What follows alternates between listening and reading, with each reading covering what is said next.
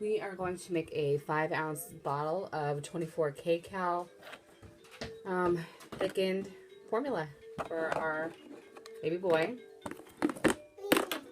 Okay, so we have 5 ounces of water. We are going to use Infamil. Okay, sissy. Thank you. And, whoops. Here, 1. I have to measure them. 2. And 3. Now, I was told not to shake, but to just swirl it around a little bit. Okay. And then he is on nectar consistency.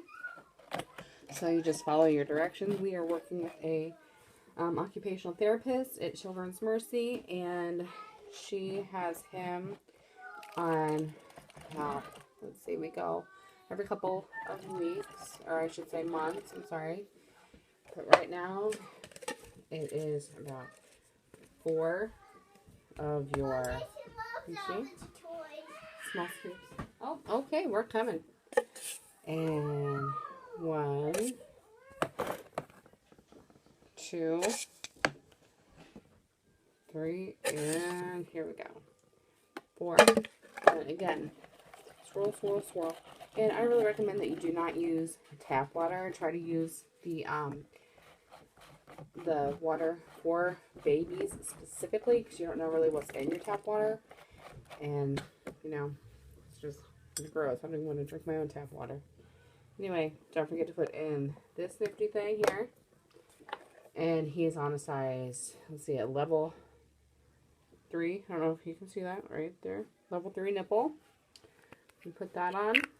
So, I really don't like to use these bottles because they leak a lot.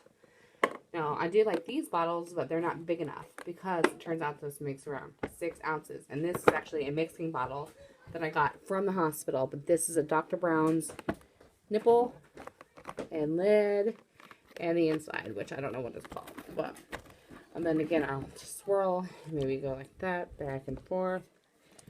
Now, there is a reason for that. I don't remember what they said.